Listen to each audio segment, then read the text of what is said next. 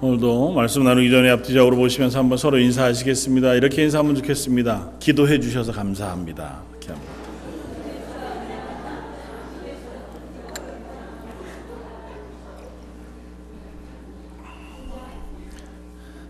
기도해 주실 거여서가 아니고 이미 해 주셔서니까 마음이 찔리시면 이번 주는 꼭 옆 사람을 위해서 기도해 주십시오.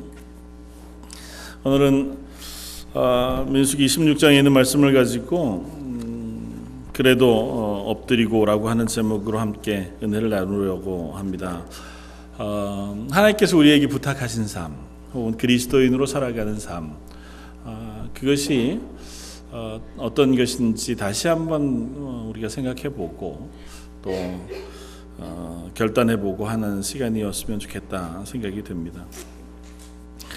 한국의 젊은이들 가운데 한동안 회자되었던 얘기들 중에 이런 것이 있습니다. 요즘 젊은이들이 취직하기도 어렵고 또 공부하는 것도 쉽지 않고, 그러니까 이렇게 참 너무너무 어렵습니다. 하는 게 어렵습니다. 그러면 이제 보통 충고하기를 이렇게 하는 게 열심히 노력해라. 열심히 노력해서 안 되는 일이 없다. 그러면 이제 청년들의 대답은 그거죠. 아무리 노력해도 안 되더라는 겁니다. 잠도 못 자고 할 수 있는 한 최선을 다하고 그러는데도 결과를 얻을 수 없다고 얘기하면 그 뒤에 이제 청년들이 자조적으로 이렇게 댓글을 달더라고요. 노력해서 안 되면 노력을 하라고.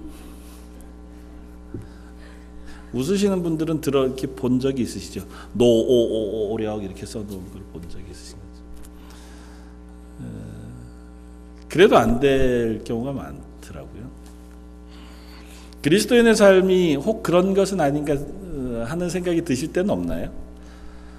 하나님 우리에게 기대하시는 삶, 그런 게 전 늘 부담됐던 말씀 중에 하나가 데살로니가전서 5장에 있는 항상 기도하라, 쉬지 말고 기도하라. 이 노력을 하라는 것 같은 거죠. 기도 어떻게 우리가 하나님께 기도하고 응답을 받습니까? 그리스도인으로 살아야 합니까? 열심히 해라. 그래도 변하지 않거든 더 해라. 그래도 안 바뀌거든 그래도 열심히 믿어라. 혹시 제가 설교하는 가운데 그런 느낌을 받으신 적은 없나요? 견디다 보면 또 견디고 또 기다리고 또 그렇게 하나님의 은혜를 구하다가 보면 그래도 우리가 하나님 앞에서 변하지 않더라도 바뀌지 않더라도 그게 우리를 가끔은 지치게 합니다. 그러니까 하나님 앞에서 그리스도인으로 살아가는 게 어떻게 하란 말입니까? 변하지도 않고 하나님 앞에서 잘 살려고 애씀도 있지만 그러나 그런 때에도 바뀌지 않는 상황 속에서 우리는 어떻게 해야 합니까? 하는 질문을 하게 되는데 오늘 본문에서 모세의 모습을 통해서 또 거기에 비추어지는 예수님의 모습을 통해서 우리에게 말씀하시는 말씀을 한번 확인해 보면 좋겠고 또 그것이 저와 여러분들에게 새로운 도전이 되었으면 좋겠다 생각이 되었습니다. 그냥 말씀 나누기 전에 재미있는 얘기를 하나 해드리면 혹시 양치를 하지 않고 이가 썩지 않는 방법을 아십니까? 이가 썩지 않으려면 식후 3분 이내에 양치를 하라고 하잖아요. 어떤 사람이 그런 얘기를 했더라고요. 그러니까 식후 3분 이내에 양치를 하면 이가 안 썩으니까 계속해서 먹으면 이가 안 썩을 거라고. 쉬지 말고 먹어라.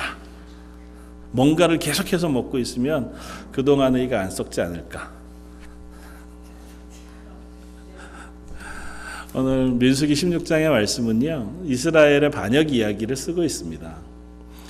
지난달에 저희가 새벽 예배 때 그리고 말씀 묵상으로 나누었던 본문이 민수기 말씀인데 제가 민수기 16장 말씀을 쭉 묵상하면서 눈에 들어왔던 말씀이 오늘 본문 말씀이에요. 그리고 그 중에서도 특별히 45절 말씀에 하나님께서 이스라엘이 하나님을 향하여 또 모세와 아론을 향하여 반역하고 심지어 모세와 아론을 죽이려고 달려들고 있는 그 순간에 하나님께서 임하십니다. 진노 가운데 임하셔서 이스라엘 다 쓸어버리겠다 말씀하시는 그 모습을 보여줬는데 45절 읽겠습니다. 너희는 이 회중에게서, 하나님 말씀이에요. 너희는 이 회중에게서 떠나라. 내가 순식간에 그들을 멸하려 하노라 하시매 그 두 사람이 엎드리니라. 16장에 이 표현이 3번 나옵니다. 엎드리니라. 3번이 다 이스라엘이 모세를 향하여 아론을 향하여 죽이려고 대적하여 달려들 때, 그때마다 모세가 엎드렸다, 그렇게 성경은 기록하고 있습니다. 16장 이야기를 잘 아시겠지만 간단하게 설명하면 이렇습니다. 16장 1절을 이렇게 우리에게 이야기들을 전해줍니다. 레위의 증손 고핫의 손자 이스할의 아들 고라와 루벤 자손 엘리압의 아들 다단과 아비람과 벨렛의 아들 온이 당을 짓고 이스라엘 자손 총회에서 택함을 받은 자 곧 회중 가운데서 이름이 있는 지휘관 250명과 함께 일어나 모세를 거스르니라. 그러니까 사건은 고라라고 하는 레위 사람 고핫의 손자, 그리고 루벤 자손이었던 엘리압의 아들 다단, 그리고 아비람, 그리고 온이라고 하는 이 4사람이 주동이 되고, 그 중엔 아마 고라가 제일 주동이 됐던 것 같아요. 그리고 이스라엘 가운데 유력한 사람, 각 지파별로 이름 있는 지휘관, 그러니까 이제 나름대로 그 지도력을 인정받던 지휘관 250명이 한꺼번에 모여서 당을 만들어서 모세와 아론을 대적해 일어난 사건입니다. 그러니까 광야 40년간 이스라엘 가운데 가장 큰 아마 모세와 아론을 향한 대적 사건 중에 하나였으리라고 우리가 읽어볼 수 있어요. 특별히 거기에 이 고라라고 하는 사람은 모세와 아론에게는 친사촌 형제입니다. 그러니까 너무 가까운 사람이에요. 모세와 아론의 일을 적극적으로 도와줘도 뭐 부족함이 없을 만한 사람임에도 불구하고 그가 주동이 돼서 모세와 아론을 대적하여 일어납니다. 그리고 그들이 일어나서 한 이야기가 3절에 간단하게 기록되어져 있는데요. 그들이 모여서 모세와 아론을 거슬러 그들에게 이르되 너희가 분수에 지나도다. 한마디로 표현하면 너희가 분수에 지나다는 것입니다. 분수에 지나다고 하는 표현은 뭐냐면 니네가 원래 가져야 할 것보다 더 많이 가졌다는 거예요. 내용을 쭉 훑어보면 고라는 이제 레위 지파고 고핫 자손이잖아요. 그런데 아론과 모세와 함께 사촌지간이니까 그리고 꽤 유력한 사람이었단 말이죠. 그런데 레위 지파 가운데 별로 존중받지 못한다는 느낌을 받은 것 같아요. 아론과 그 아들들은 제사장으로 성막에서 섬기는 역할을 맡았는데 고핫 자손들은 그 안에 성물들을 옮기고 그것을 챙기는 역할들, 레위 지파의 역할을 맡았잖아요. 그러니까 왜 그러냐는 거죠. 너네만 제사장하고 우리는 왜 제사장 할 수 없지? 니네는 귀한 일 하고 나는 허드렛 일 하는 것 같다는 겁니다. 그러니까 니네 분수에 지나치다. 니네가 그렇게 할 권한을 누가 줬? 하나님이 주셨죠. 하나님이 그들을 위임하여 제사장으로 세우고 지도자로 세웠는데 그것 인정 못하겠다는 겁니다. 그리고 모세, 네가 우리의 지도자, 광야로 이렇게 출애굽할 때에 네가 큰 역할을 한 것까지는 좋다. 그렇다고 해서 네가 우리의 왕이 될 수는 없는 거 아니냐. 네가 그런 것 해서는 안 된다고 하는 것이 이들의 주장입니다. 그러니까 일면 이제 그것으로 많은 사람들을 이렇게 불러 모아서 의견을 모은 거죠. 250명이라고 하는 지도자들이 그 뜻에 동조했으니까 아마 이 250명 역시 애굽에 살 때에는 각 지파 혹은 그 종족별로 꽤 이름 있는 리더들이었을 겁니다. 엉권도 있었고 위엄도 있었고 자기 힘도 있었던 사람들인데 이 출애굽하고 나서부터는 이제 그 권위가 좀 사라진 거예요. 모든 게 하나님 말씀이 모세에게 임하면 모세가 말하고 그 모세의 말을 아론이 대언하면 그대로 그냥 순종하는 것밖에 없단 말이죠. 사람을 세우고 이 편제를 나누고 리더들을 세우는 것도 그저 모세가 하는 대로만 따라가야 하니까 내 역할이 없어진 겁니다. 전에는 아니었는데, 그리고 나도 그럴 수 있는데 쟤네들하고 비교해서 뭐 조금도 다를 바가 없는데, 내가 너랑 솔직히 말해가지고 너랑 비교해봐도 크게 내가 꿀릴 게 없는데 뭐 너만 그러냐는 거죠. 특별히 모세는 40년 동안 80년 동안 심지어 이스라엘 그 무리들 속에 없었잖아요. 40년 동안은 지 혼자 왕궁에 가서 잘 먹고 잘 살았고, 또 40년은 미디안 광야 가서 어디에 살았는지 죽었는지도 모르고 살고 있다가 80년이 지나서 생판 처음 보는 사람이 와가지고 민족의 리더가 됐으니 불만이죠. 급한 일이 있을 때는 뭐 어쩔 수 없으니까 따라왔지만 이제는 좀 불만이 생긴 겁니다. 아마 그런 연유로 이 사람들이 불만을 일으켜서 이제 대항했고, 그것이 큰 위협이 되었습니다. 그냥 말로 이렇게 하는 게 아니고 정말 분명한 위협이 될 만큼. 그런데 그 이야기 앞에 4절에 모세가 한 행동이 이렇게 표현됩니다. 모세가 듣고 엎드렸다가. 처음 모세가 하나님 앞에 엎드립니다. 엎드렸다라고 하는 표현이 민수기에서 총 6번 나오는데요. 엎드렸다는 아주 관용적인 이 표현은 히브리어로는 좀 긴 문장이에요. 얼굴을 땅을 향하여 대고 몸을 구부려 낮추어 하나님을 향하여 간구하는 표정.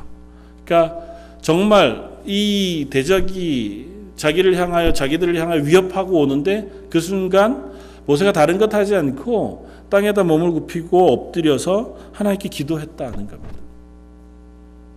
그리고 나서 하나님께서 뭐 은혜를 주시고 말할 것들을 깨닫게 해주셨는지 몰라도 이 사람들에게 제안을 합니다. 이것저것 이야기를 하고 또 그들의 말이 잘못되었음을 다 드러냅니다. 그리고 말하는 것이 고라와 또 모든 사람들, 그들 250명이 다 향로를 가지고 와라.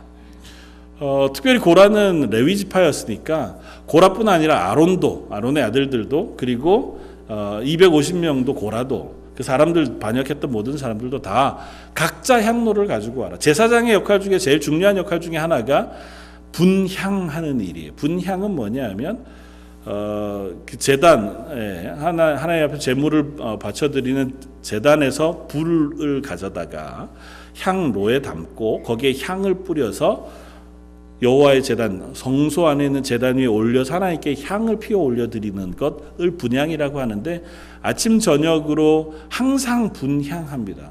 근데 그것은 아무나 못하고요. 성전을 섬기는 그날 또 그때의 당번인 제사장만 할 수 있어요. 그리고 그건 아주 엄격한 일이어서 이 일을 잘못 행하면 그 제사장이 바로 그 자리에서 죽습니다. 실제로 아론의 큰아들 둘째 아들이 잘못된 불을 하나님 앞에 분향하다가 죽임을 당한 일이 바로 본문 앞쪽에 기록이 되고 있거든요. 그러니까 모세가 이제 제안을 하는 겁니다. 아론과 모든 사람들, 그리고 너희들도 다 각기 향로를 가지고 와서 내일 아침 분향할 때에 자기 불을 여호와 앞에 분향하자. 그러면 하나님께서 받으시면 그 사람들은 다 함께 제사장으로 섬기자. 그러나 만약 안 받으신다면 아마 그 사람은 하나님께서 그를 받지 않으시는 증거를 보이실 것이다. 아마 죽이시거나 뭐 그렇게 될 거니, 그것으로 증거를 삼자면 공평한 어떤 제안을 하는 거죠. 왜냐하면 내가 스스로 이 일을 한 것이 아니라 하나님께서 이 일을 세우신 것이라는 것을 너에게 드러내 이야기할 것이다. 근데 이 일 앞에 이 루벤 지파였던 사람들은 오지 않았어요. 다단과 아비람은 오지 않았습니다. 그래서 모세가 그들에게 사람을 보내서 너희도 와라. 니네 불만도 내가 듣고 얘기하마. 그런데 그들이 올라가지 않겠다 얘기하는 이야기가 12절에 나옵니다. 모세가 엘리압의 아들 다단과 아비람을 부르러 사람을 보냈더니 그들이 이르되 우리는 올라가지 않겠다. 그리고 자기 불만을 이야기합니다. 그게 13, 14절에 나오는데요. 내용이 이렇습니다. 네가 우리를 젖과 꿀이 흐르는 땅에서 이끌어내어 광야에서 죽이려 함이 어찌 작은 일이기에 오히려 스스로 우리 위에 왕이 되려 하느냐. 이뿐 아니라 내가 우리를 젖과 꿀이 흐르는 땅으로 인도하여 드리지도 아니하고 밭도 포도원도 우리에게 기업으로 주지 아니하니 내가 이 사람들의 눈을 빼려느냐. 우리는 올라가지 아니하겠다. 너 부르는 대로 너 말에 들을 이유가 없다. 네가 오란다고 오고 가란다고 갈 사람이 아니다. 그런 표현이죠.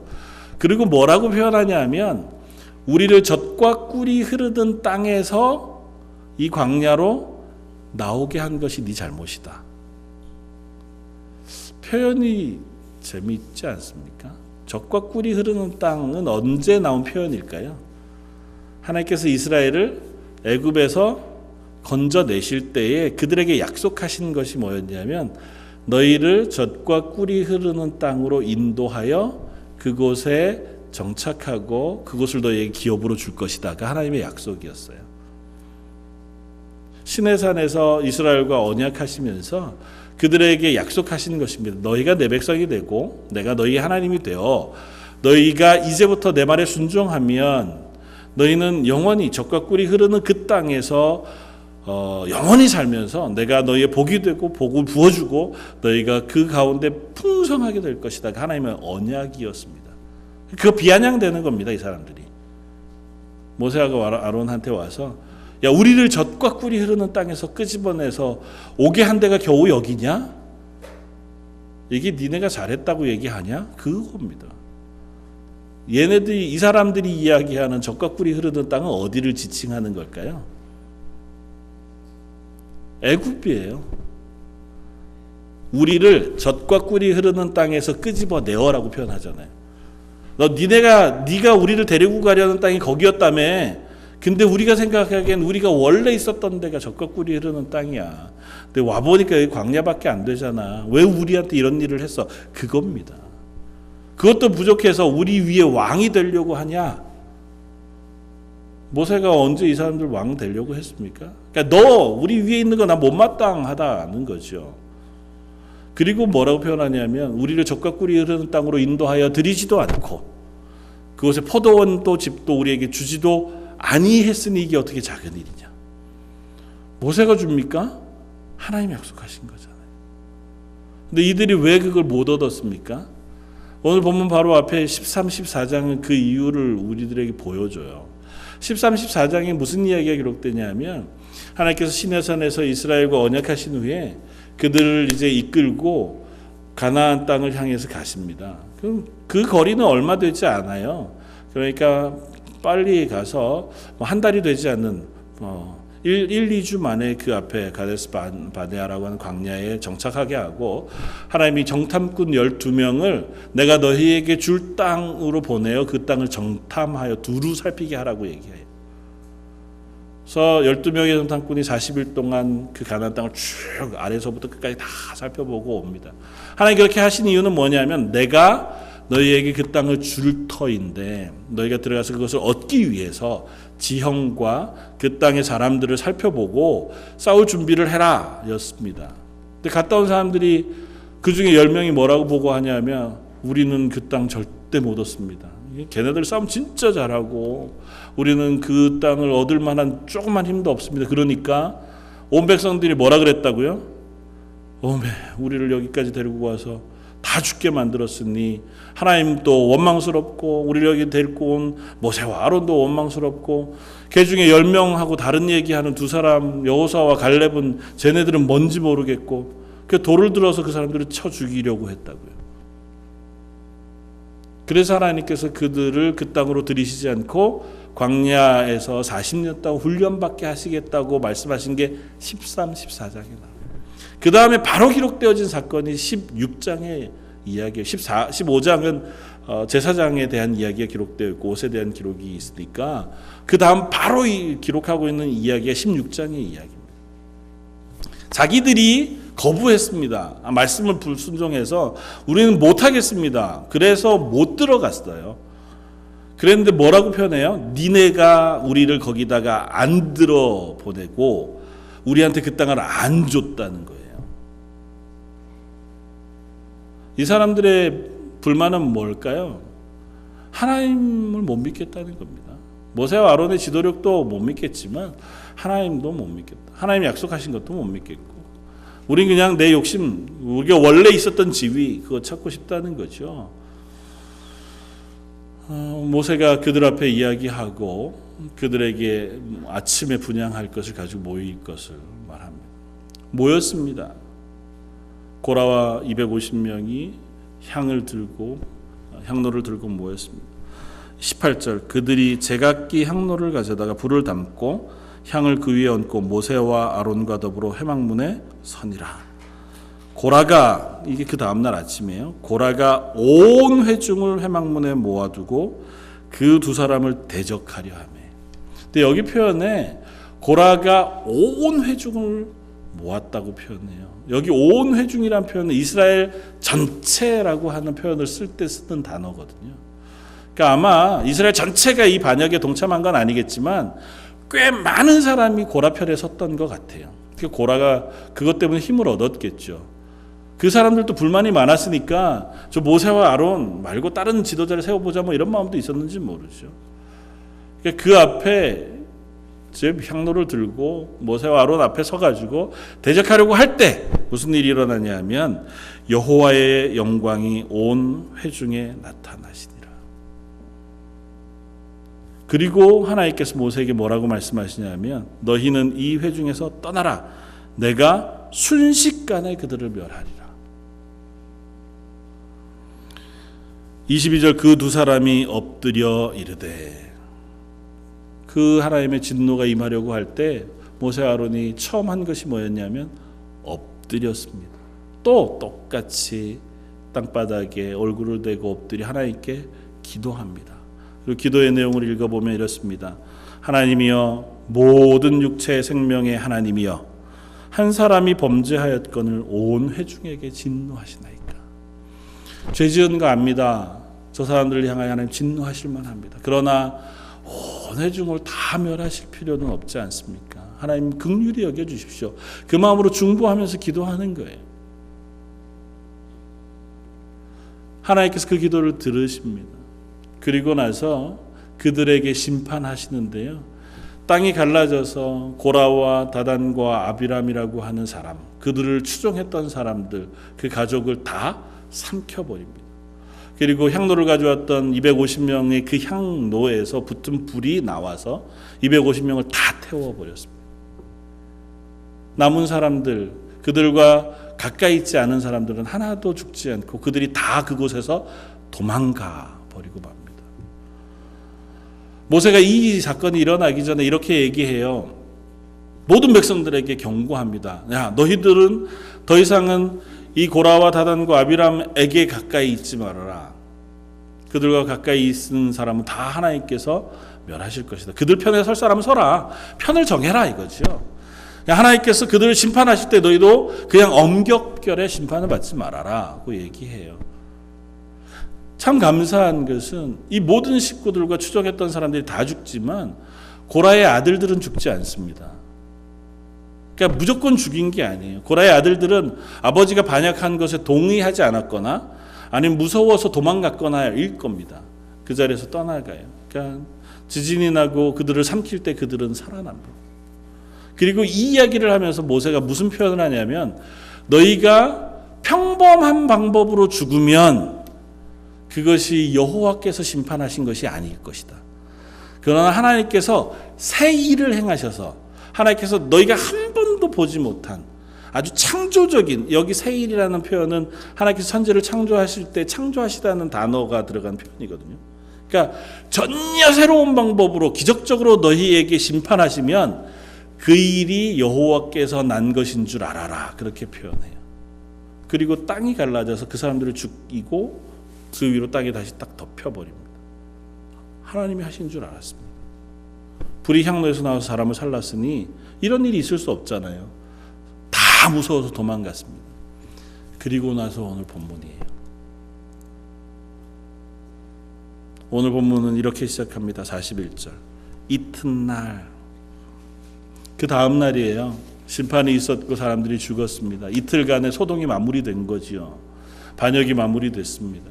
그 이튿날 이스라엘 자손의 온 회중이 모세와 아론을 원망하여 이르되 너희가 여호와의 백성을 죽였도다 하고 회중이 모여 모세와 아론을 칠 때에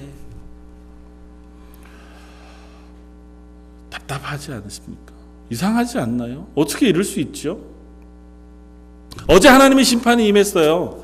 모세와 아론을 대적하다가 그들이 죽임을 당했습니다. 그리고 그게 하나님께서 하신 줄 뻔히 알았어요. 너무 명백하게 하나님이 증거를 보여주셨거든요. 근데 그 다음 날이 됐는데 그 다음 날 아침에 온 회중이 모여서 다시 모세와 아론을 치려고 합니다. 치려고 한다는 것은 죽이려고 한다는 표현이에요. 하나님 급하게 그들 가운데 임하십니다. 어떻게 그럴 수 있을까요? 곰곰이 묵상해 보면 아마 두려움이었겠다 생각합니다. 이스라엘 백성이 두려워해서 그랬을 수 있겠다. 하나님께서 그들을 젖과 꿀이 흐르는 땅으로 인도해 내시리라고 말씀하셨어요. 약속하셨으니까. 그들이 애굽을 나올 때는 하나님이 10가지 기적, 그 재앙 가운데 그들을 구원해 내셨잖아요. 저런 하나님이면, 저 하나님 말씀대로 따라만 가면 정말 말 그대로 젖과 꿀이 흐르는 땅에 잘 살 것 같았어요. 근데 나왔는데 꼭 그렇지만은 않은 거예요. 기적도 있었죠. 그렇긴 한데 하나님 말씀하시는 걸 들어보니까 되게 힘들어요. 그 복 받는 방법이 쉬운 일이 아닌 것 같아. 잘 살아야 되고 하나님 말씀하신 언약 율법은 다 지켜야 될 것 같고, 또 얘기하는 걸 들어보니까 조금 못 지킬 것 같기도 하고, 그런 와중에 사람들이 하나씩 죽어가요. 하나님의 말씀을 불순종했다가 범죄했다가 대적했다. 그러니까 무슨 마음이 드냐? 이러다 나도 죽는 거 아니야? 차라리 옛날에 애굽에서 종살이를 하더라도 안 죽는 게 더 낫지 않았을까? 제 생각엔 그런 마음이었을 것 같아요. 저 여러분들로 환원하면 이런 거죠. 교회 나오고 예수 믿고 하나님 앞에서 신앙생활 잘하면 하나님 내게 복 주시고 내 삶을 최소한 평안하게 인도해 주실 걸 사모하죠.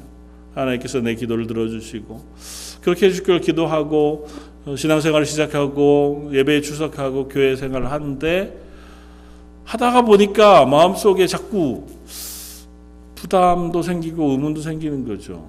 갈수록 예수 믿는 게 힘들어 보입니다.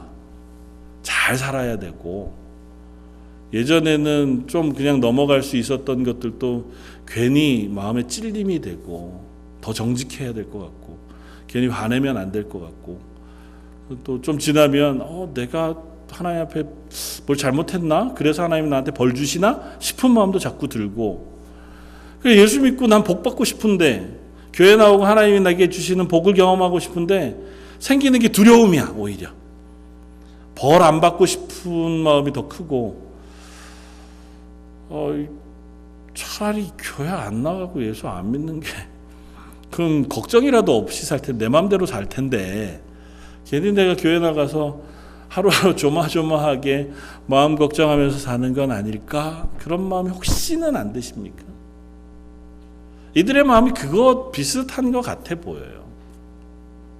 좋은 것도 있죠. 하나님 만나도 주셨고, 광야 가운데 반석을 깨셔서 물도 먹게 하셨고, 옷도 헤어지지도 않고 신발도 헤어지지도 않고, 또 고기 먹고 싶다고 하니까 어쨌든 혼은 났지만 허리까지 메추라기를 보내셔가지고 고기도 배가 터지도록 먹게 하시는 기적도 맛보았고, 하나님이 성막 가운데 불기둥으로 구름기둥으로 늘 동행하셔서 우리를 인도해 주시는 인도하심도 늘 경험하니까 좋기도 하죠. 근데 좋은 것보다 두려운 게 더 많고 걱정이 앞서는 거죠. 말씀을 들어보니 맹 나는 죄인인 것 같고, 이런 식으로 살았다가는 이렇게 하나님이 안 기뻐하시는 지옥 갈 것 같은 느낌도 조금씩은 들고, 불편하다. 차라리 쟤네들만 없으면, 모세와 아론만 없으면 죽지는 않을 것 같은데, 그런 마음이지 않았을까요? 아마 그랬으리라고 짐작이 돼요. 또 다른 한편에서 모세와 아론의 입장도 한번 생각해 봅니다. 모세의 입장에서. 모세 입장에서는 얼마나 답답했을까요? 한두 번 반복된 일이 아니잖아요. 그리고 그 일을 모세가 잘 헤쳐왔습니다. 분노하기도 했지만 이스라엘 위해서 중보하면서 기도한 게 한두 번이 아니었어요. 하나님 차라리 제 이름을 제하실지언정 이들을 용서해 주시고 긍휼히 여겨 주십시오. 기도해서 그들을 여기까지 꾸역꾸역 데리고 왔어요. 어제도 그랬어요. 그제도 그랬고 하나님 앞에 엎드려서 기도하고 간곡하게 기도해서 하나님이 저들 순식간에 쓸어버릴 거다고 말씀하시는데 하나님 그러지 말아 주십시오. 그래서 그나마 이들과 함께 여기까지 왔는데 오늘 아침에 또 죽이려고 똑같은 모양으로 하나도 변하지 않고 아무런 상황도 변하지 않은 상황에 그 상황에 또 놓여졌습니다. 모세가 참 참담했겠다.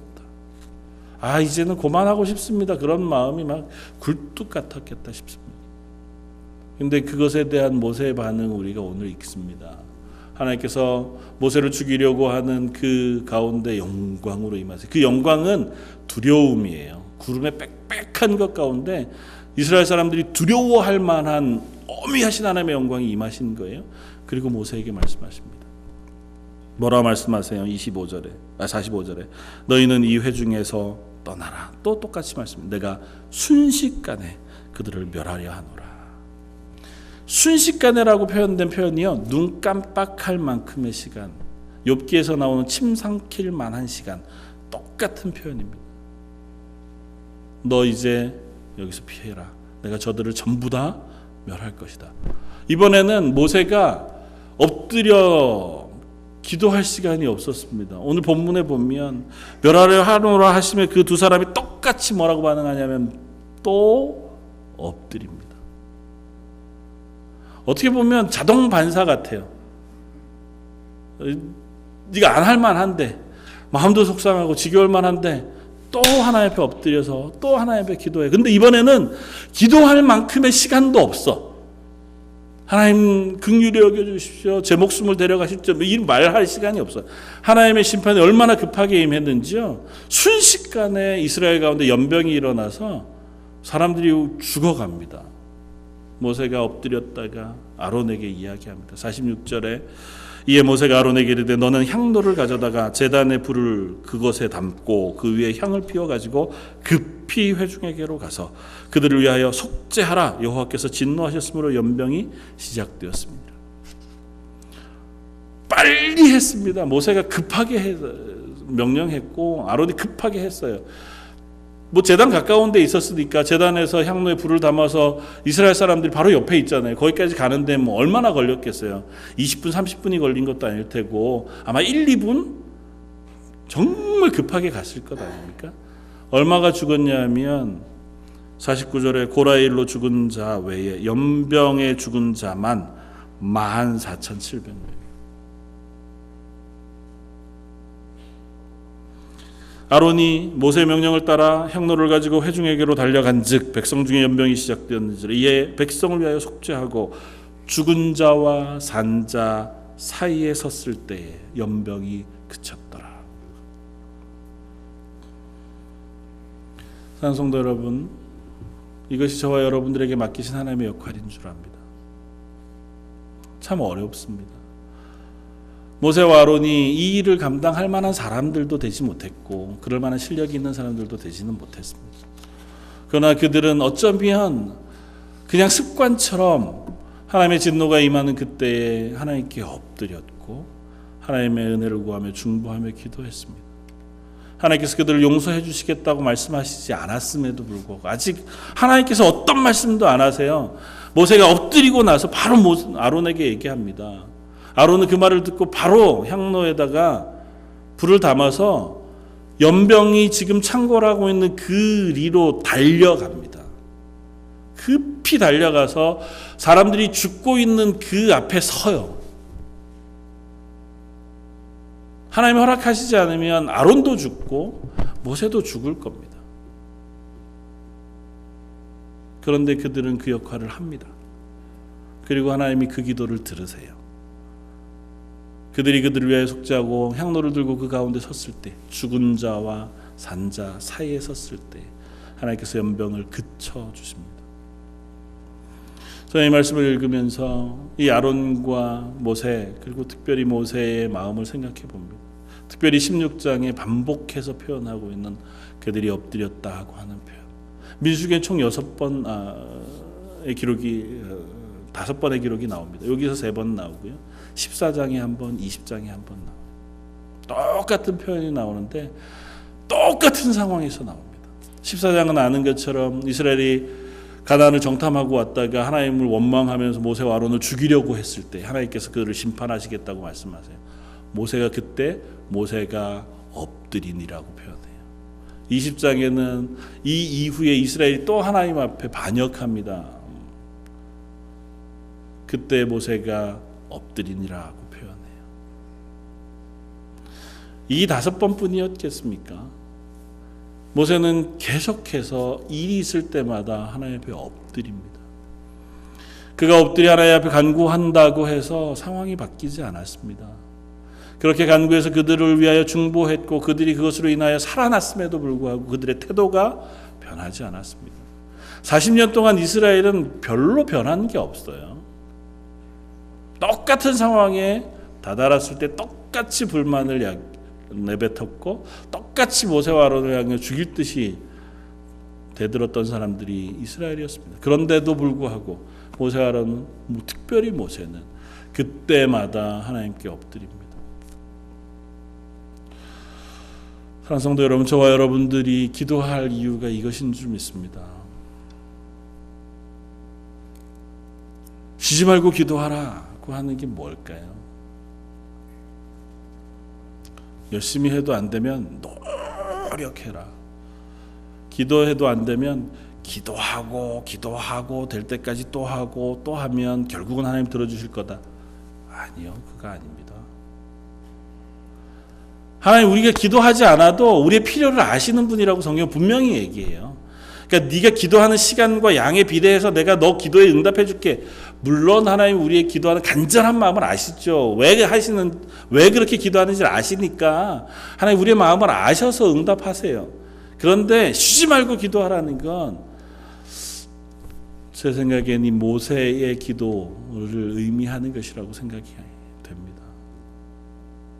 변하지 않아도 그들을 위하여 중보하며 기도하는 모세의 마음처럼 하나님 우리에게 맡기신 삶, 이 땅 가운데 먼저는 내 가족을 위하여 기도하도록 우리를 기도의 자리에 부르십니다. 내 사랑하는 이들을 위하여 기도하라고 말씀하세요.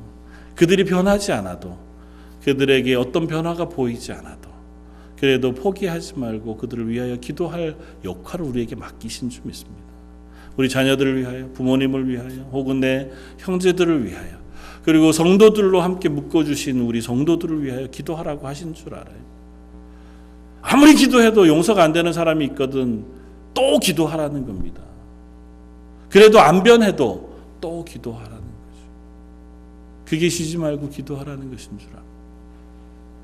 그렇게 기도하는 것, 그것이 바로 하나님의 뜻에 우리가 순종하는 길인 줄 알아요.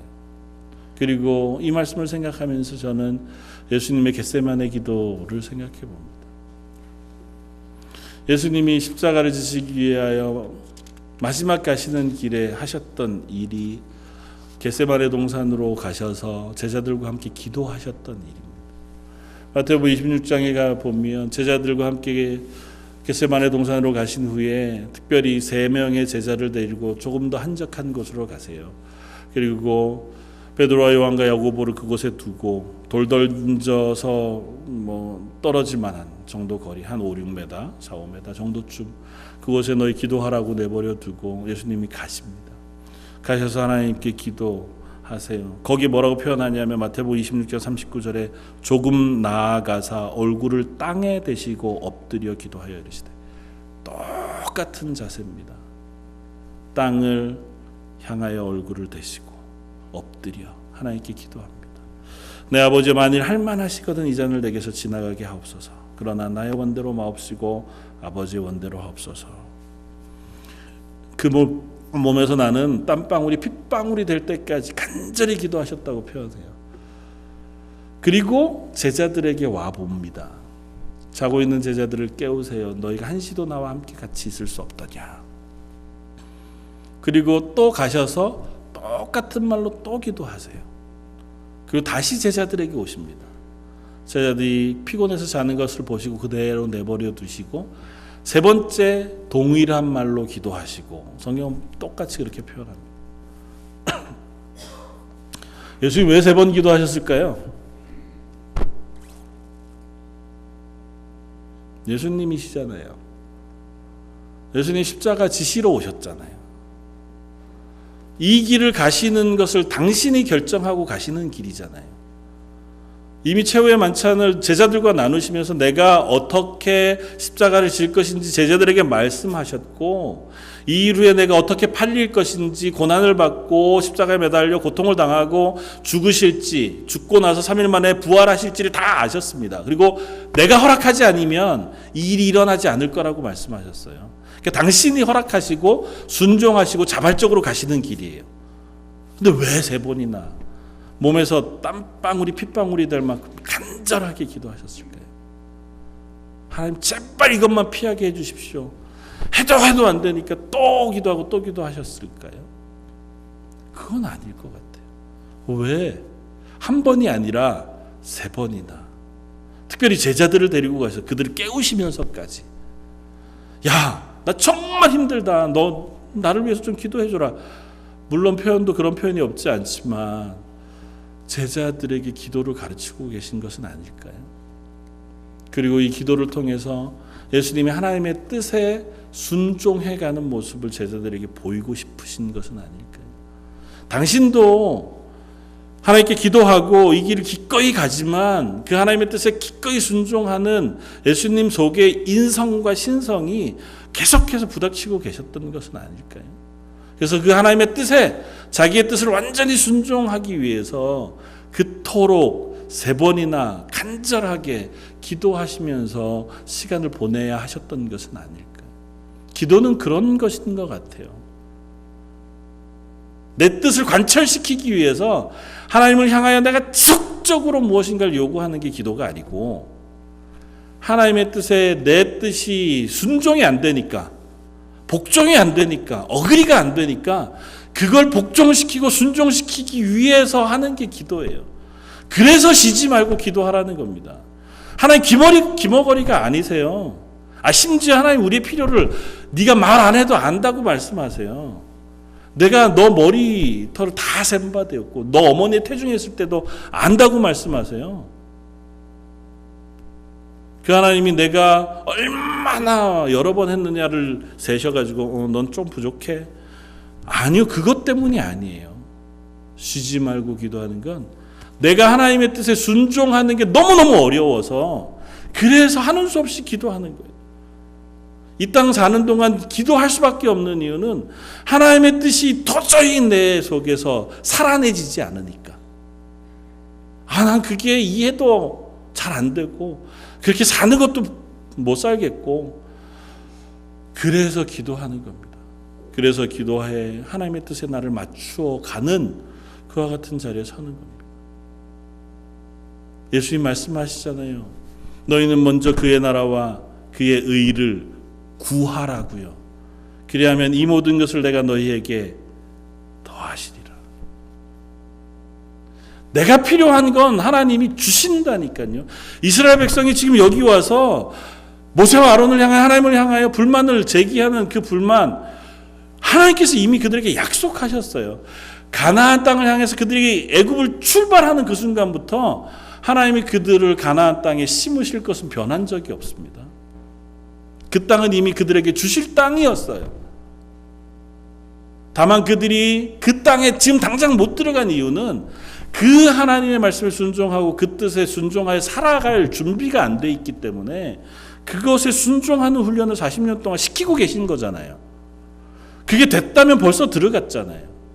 그 땅을 빼앗으신 게 아니에요. 난 너에게 이 땅은 못 줘. 여기까지 올라와야 줄 거야. 그래서 테스트를 하고 계신 게 아니라고요. 통과하면 줄게가 아니에요. 이건 이미 주신 거예요. 그러나 이걸 받아 누릴 수 있도록 훈련하는 과정이 필요했을 따름입니다. 저 여러분들에게 하나님이 주시는 복은 이미 언약하신 것입니다. 하나님의 자식으로 삼으셨고 자식으로 얻을 유업과 복을 부으셨어요. 이 땅 가운데서도 하나님께서 우리에게 우리의 삶을 지키시고 인도하신다고 약속하셨습니다. 그 약속에는 변함이 없어요.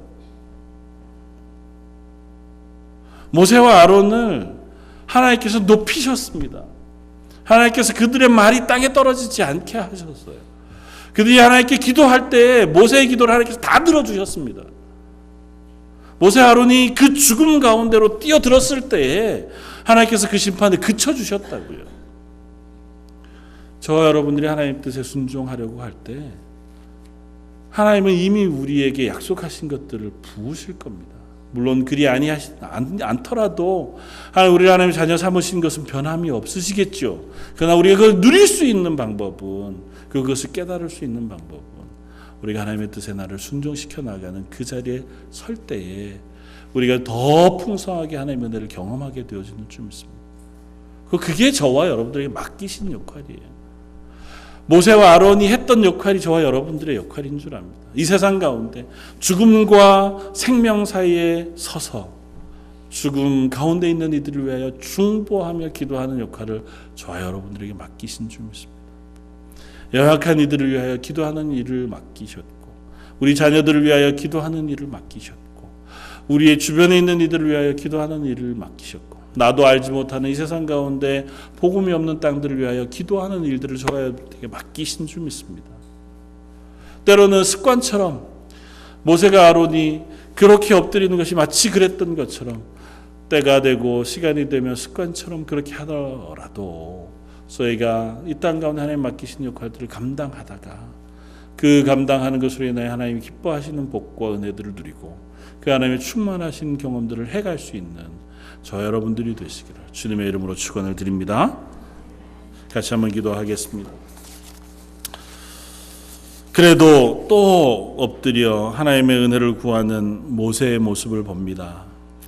저희들은 그렇게 하나님의 은혜를 구하는 자리에 잘 서지 못하는 것을 고백합니다. 오히려 이스라엘처럼 또 하나님을 향하여 불만을 내뱉을 때가 더 많고 우리의 현실 때문에 나의 믿음이 흔들릴 때가 훨씬 많은 사람들인 것을 고백합니다.